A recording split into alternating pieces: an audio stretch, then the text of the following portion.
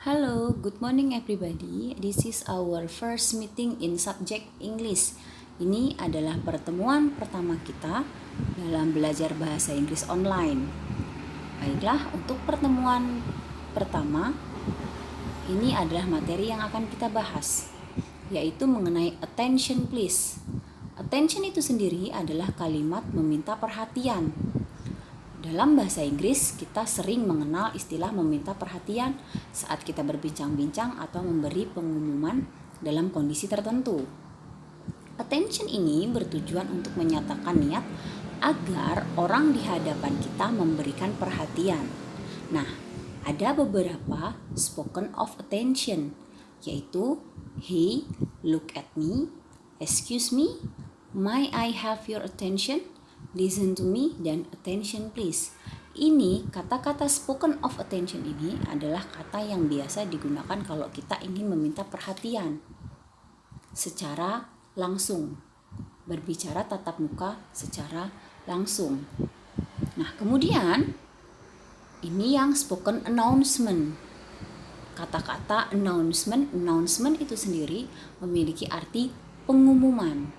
Jadi kata-kata yang di bawahnya ini adalah kata-kata yang biasa digunakan dalam spoken announcement attention. Kata-kata meminta perhatian dalam pengumuman. Yang pertama yaitu excuse me, may I have your attention please? Kemudian good afternoon passengers, this is your captain speaking. Dan yang terakhir, if you will pay attention to me for a while, please look at me for a moment. Ini adalah spoken atau kata-kata yang digunakan pada saat kita membuat pengumuman yang berisi tentang meminta perhatian.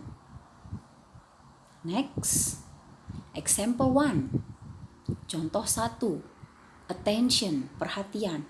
Nah, contoh 1 ini atau example 1 ini berisi tentang meminta perhatian dalam bentuk pengumuman.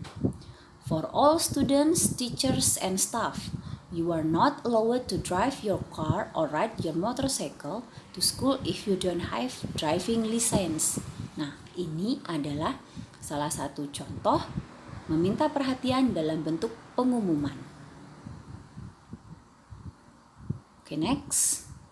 Nah, there are several kinds of announcement. Ini ada beberapa jenis pengumuman. Yang pertama, commercials.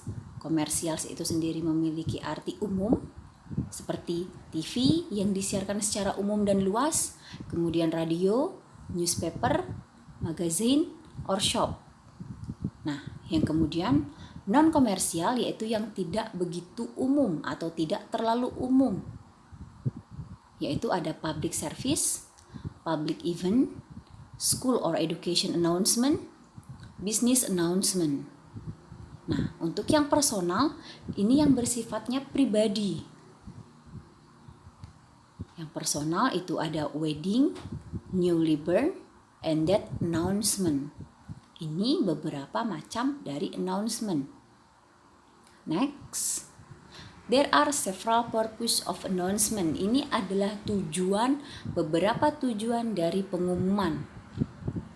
Baik itu pengumuman meminta perhatian atau pengumuman apapun itu. Yang pertama, to sell something, to compare for something, to invite people to event, to ask people to do things, to publish a formal personal event. Ini adalah beberapa tujuan dari announcement. Next. Nah, ini adalah tugas kalian.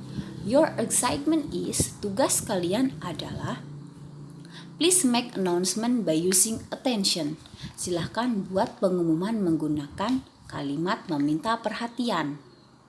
Sudah saya jelaskan di slide sebelumnya, yaitu di example 1, itu contoh pengumuman yang berisi tentang meminta perhatian. Nah, sekarang tugas kalian adalah membuat contoh yang seperti itu, bentuknya seperti itu, tapi tidak menggunakan kata-kata yang saya gunakan di contoh sebelumnya.